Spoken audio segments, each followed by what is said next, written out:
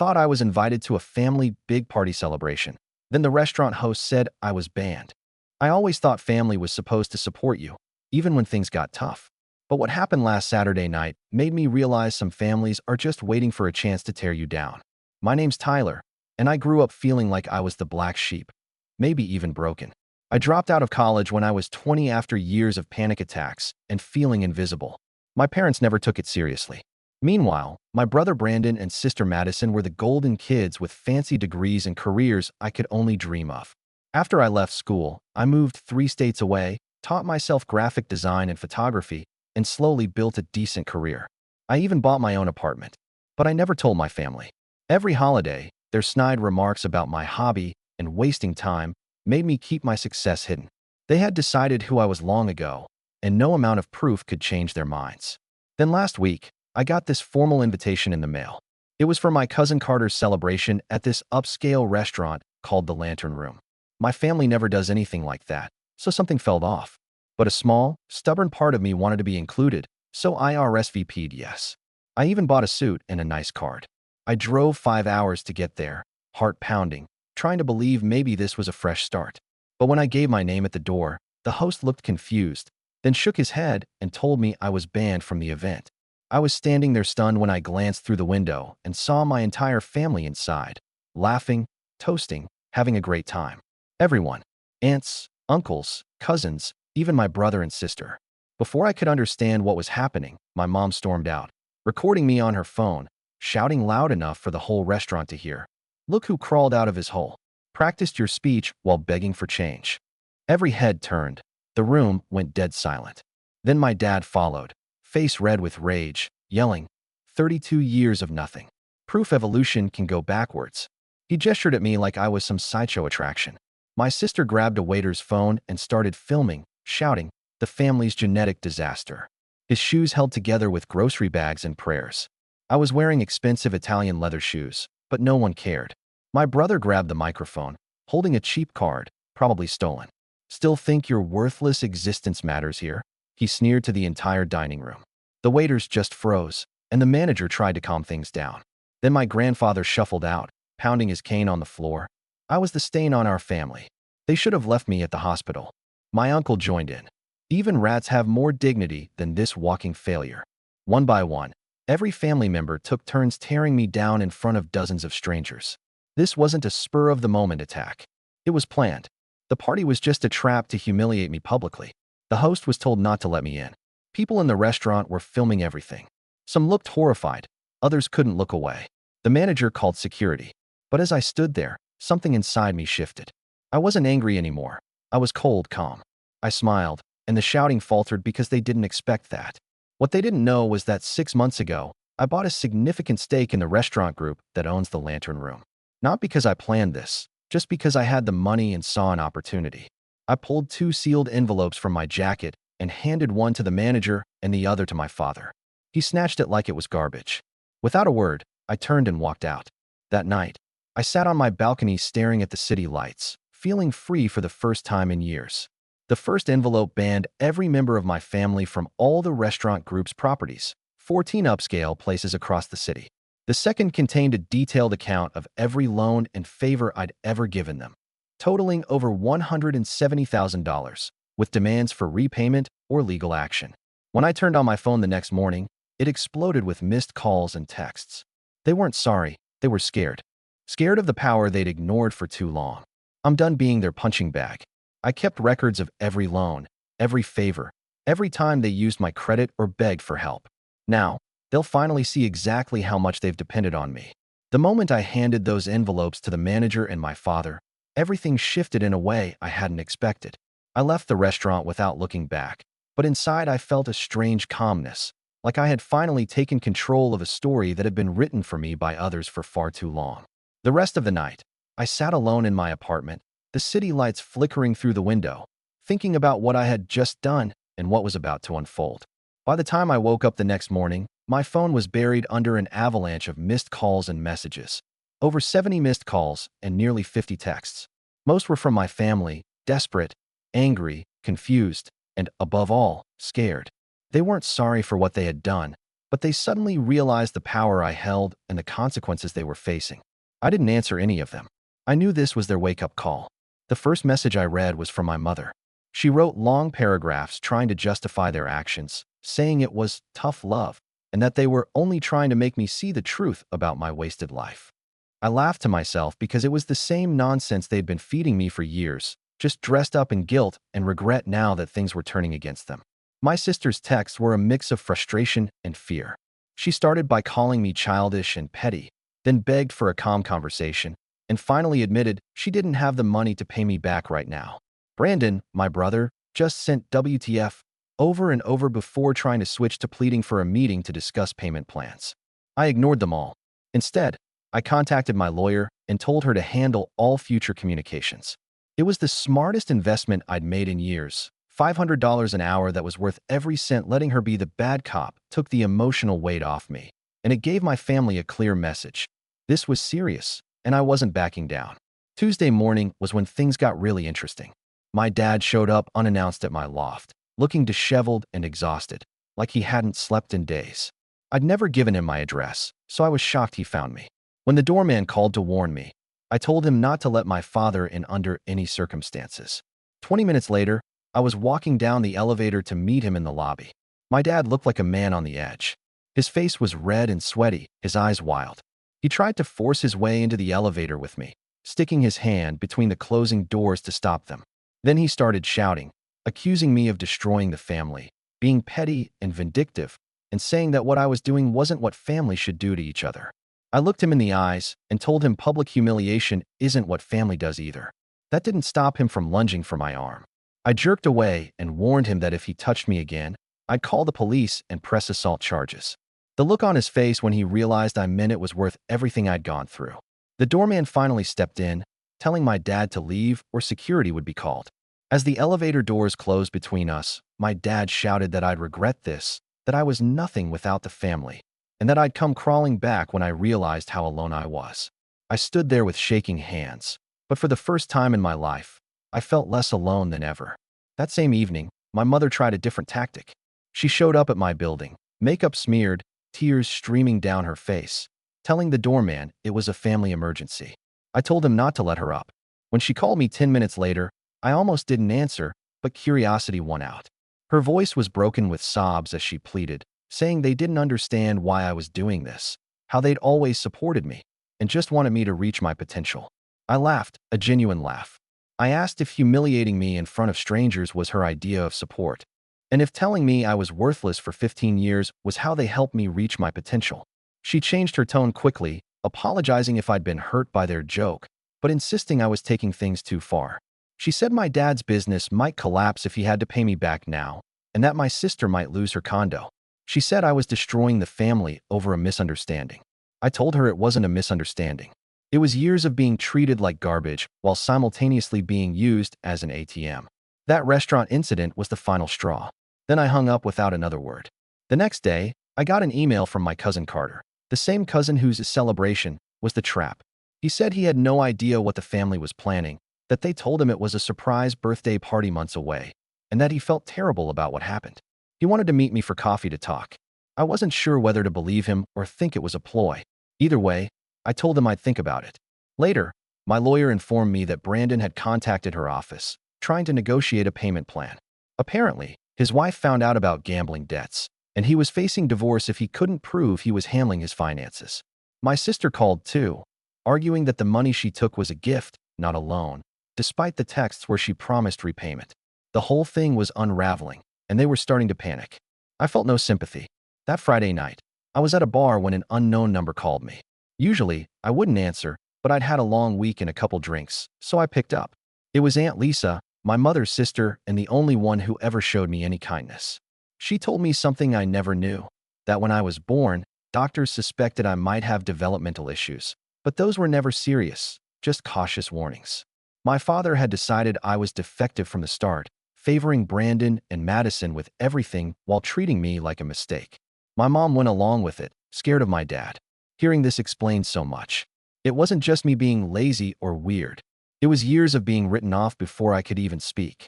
Lisa said she couldn't stay silent anymore and gave me copies of emails showing my dad undermining me to teachers and family friends, spreading the lie that I was broken. I'm sharing all this now because it's been exactly a week since the restaurant night. The ban on my family at the restaurants is still in place, and none of them have signed the repayment agreements. My lawyer says the legal process will continue, and I'm ready for whatever comes next. I'm done being their punching bag. For the first time, I'm standing up for myself, and I won't stop until I'm treated with the respect I deserve. Since I sent those envelopes and set the legal wheels in motion, everything in my family has been falling apart like a house of cards in a storm. Brandon's been the first to crack. His wife found out about the gambling debts he tried to hide, and now they're on the brink of divorce.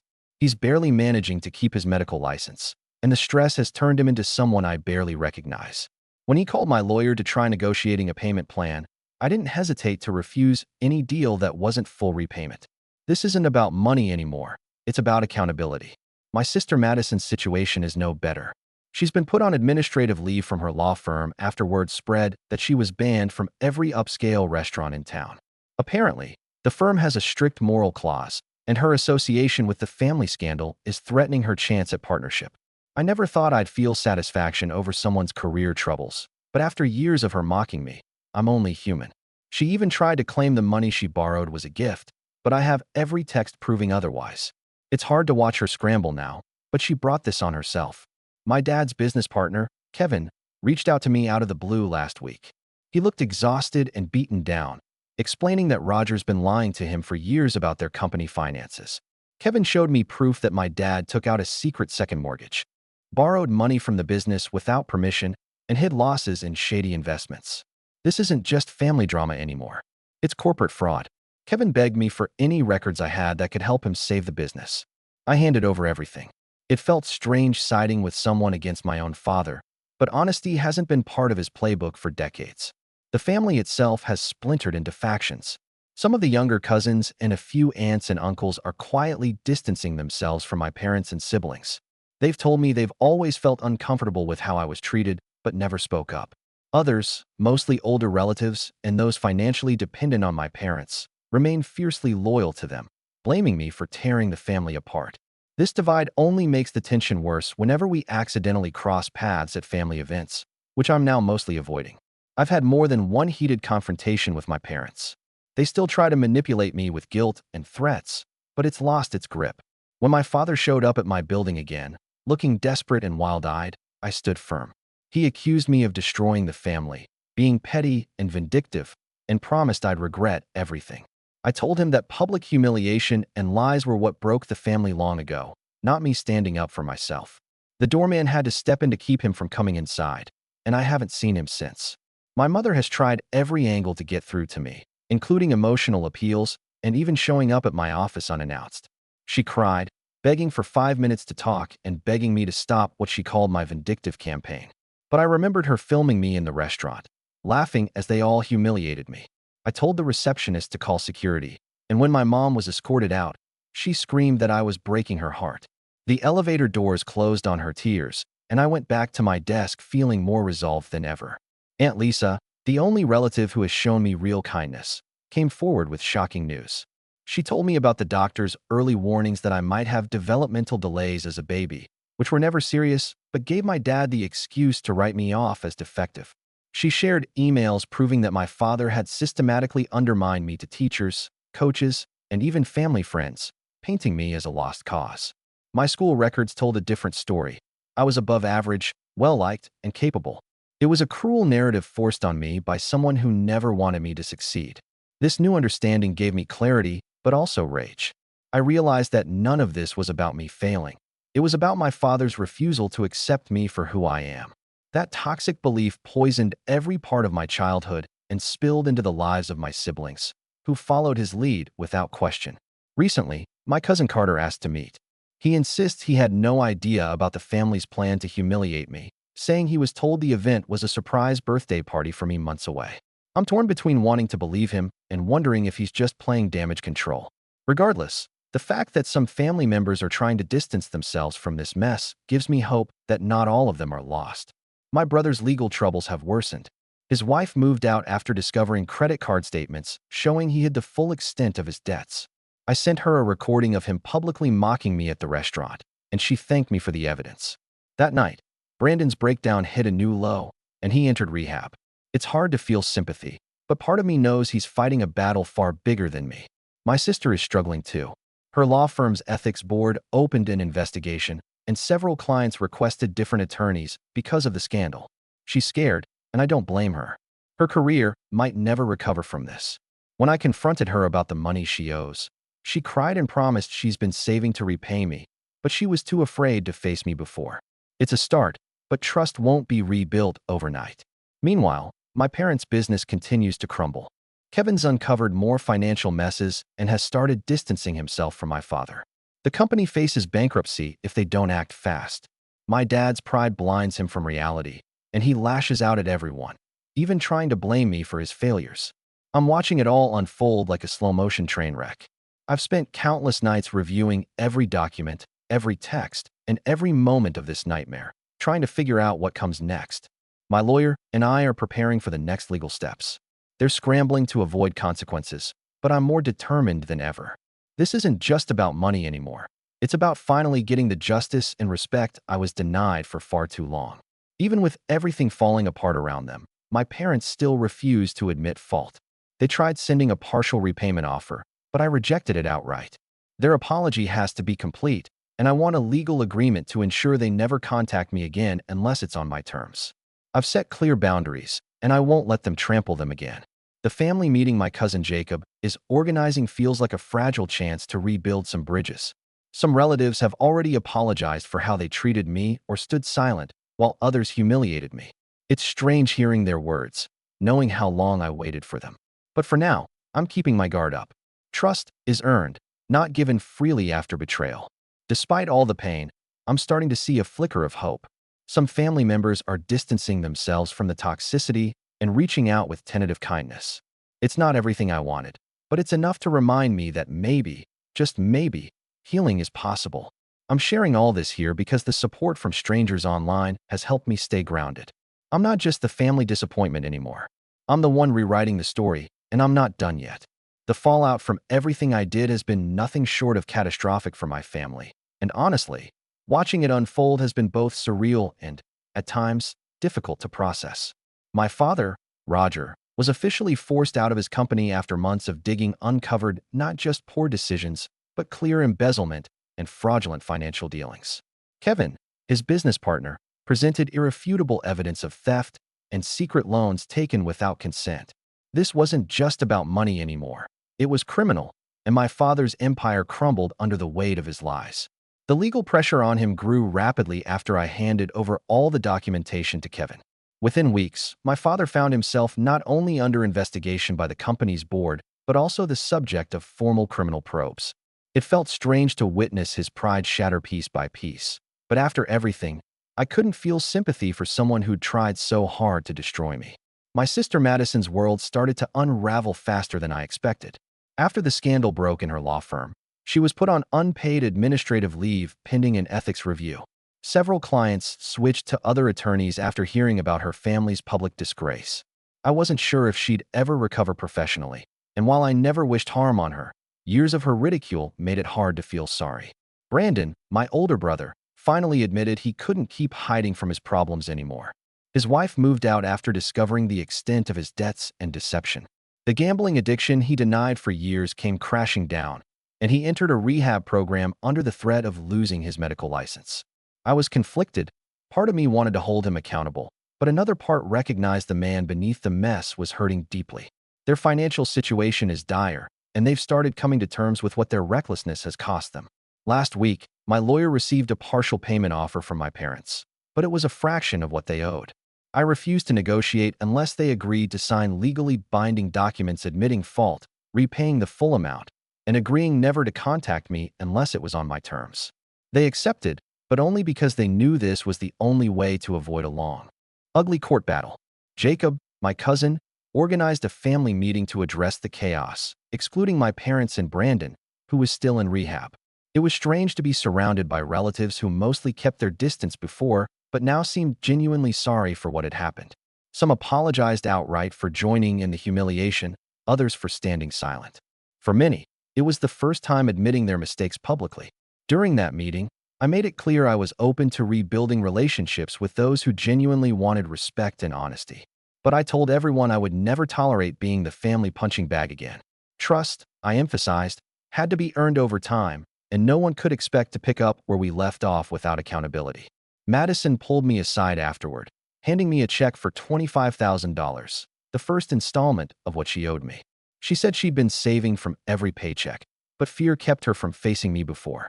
It was a small but meaningful step, showing me she might finally be ready to make amends. I accepted the payment, but made it clear that forgiveness wasn't automatic. Meanwhile, Kevin, my dad's former business partner, uncovered something that shocked me even more. He found that a trust fund was set up for me at birth, the same as the ones for Brandon and Madison. But shortly after doctors suggested I might need extra help as a baby, my father secretly drained the trust and redirected the funds to my siblings. It was the final proof that my dad's hatred was more than emotional. It was financial sabotage. Knowing that my father stole money meant for me and gave it away to others who were supposed to love and protect me felt like another betrayal. It wasn't just the emotional wounds anymore. It was years of being denied what was rightfully mine. I shared this discovery with my lawyer, and she assured me it strengthened my case immensely. As for my parents, the strain is breaking them apart. My father was admitted to a psychiatric facility after a public meltdown when police were called to remove him from my building. He alternated between fits of rage blaming me for everything and moments of despair, admitting his entire life was built on lies. My mother has been staying with her sister, overwhelmed by guilt and fear for the future. Rachel, my sister, recently confessed that she had been trying to protect her career by staying loyal to our father's narrative for years. But now she's questioning everything and facing her own disciplinary hearings at work.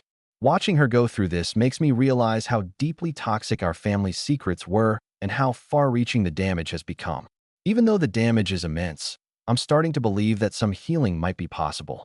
It's going to take time, patience, and real change from all of us who want to be part of each other's lives. I don't expect a fairy tale ending, but I want us to stop pretending everything is okay and start being honest. I'm not the same person who left Philadelphia with a camera and a suitcase all those years ago. I'm stronger, more grounded, and ready to live life on my own terms. That means no more hiding from my past or the people who tried to break me. This fight isn't over, but I'm done losing. For now, I'm focused on rebuilding what I can, setting boundaries where needed, and refusing to let the past define my future. And if my family wants to be part of that future, they'll have to meet me halfway, without lies, without shame, and without the cruelty that shaped me for so long. Just when I thought the story had reached its final chapter, the unexpected hit me like a freight train and shattered all my assumptions. Weeks after the family meeting and the partial repayments, I received a letter from Carter, my cousin, the one whose celebration turned out to be a trap. I wasn't sure if I wanted to open it, but curiosity won. His words shook me to my core. Carter confessed he never intended the event to humiliate me. He said my parents forced him into it, blackmailing him with threats to ruin his career if he didn't cooperate. He handed me proof. Emails and texts showing my father pressuring him, painting me as a problem to be handled. Carter's voice was raw, full of regret, admitting he wished he had stood up for me. That revelation hit me harder than any insult or betrayal. Knowing that even family members I once trusted were trapped in my father's web made me question everything. But Carter's honesty also opened a door I didn't expect, an ally inside the chaos. Shortly after that, my lawyer called with news that stunned me. She'd uncovered a far deeper level of deceit involving my father. Not only had he stolen my trust fund and embezzled from his business, but he'd also been laundering money through Carter's company, the same cousin who sent me that letter. The situation had become a criminal investigation at the federal level. Agents raided my father's home, seizing documents, computers, and financial records. The scale of the fraud was massive, much larger than any of us had imagined. My father was now facing multiple indictments, and the family's reputation was officially shattered. Watching all of this unfold left me conflicted.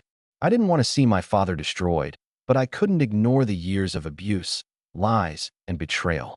This wasn't just justice. It was the reckoning that had been coming for a long time. The man who had tormented me for decades was finally being held accountable. Meanwhile, Carter agreed to cooperate fully with the investigation, helping to expose the entire operation. His decision wasn't easy, and I respected his courage. Despite everything, We began rebuilding a fragile relationship, one based on honesty rather than fear. In the aftermath, my parents' marriage collapsed completely. My mother moved out for good, admitting she couldn't live with the lies and pain anymore. My siblings, broken and ashamed, started to face their own demons. Brandon continued rehab, and Madison fought to save her career. The family was unrecognizable, scattered, and wounded. For me, the victory felt hollow at times. The price of truth was steep, and the family I once knew was gone forever. But amidst the ruins, I found a surprising sense of peace. I was no longer trapped by their judgment or cruelty. I was free to live my life on my own terms. One night, as I sat on my balcony looking out over the city skyline, I received a message from a teenager named Luke. He'd found my story online and was struggling with his own family's rejection. His words reminded me of myself years ago, lost, angry, and desperate for acceptance. I spent hours talking to him, sharing my experiences, my failures, and the lessons I'd learned. For the first time, I felt like I was using my pain to help someone else. Maybe this was the real victory, turning my scars into strength and giving hope to someone else who needed it. As the weeks passed, I started mentoring a few young people facing similar battles. It wasn't glamorous or easy, but it was meaningful. Life had thrown me into a storm, but I was still standing, still fighting, still growing. Looking back, I realized that the worst moments of my life had shaped me into someone stronger and more compassionate. The family I lost was a painful chapter, but it wasn't the whole story. There was still so much ahead, so much to build. And while the scars would never fully fade, I knew I was finally the author of my own story, no longer defined by those who tried to break me, but by the resilience I found within myself. That, more than anything, was worth everything.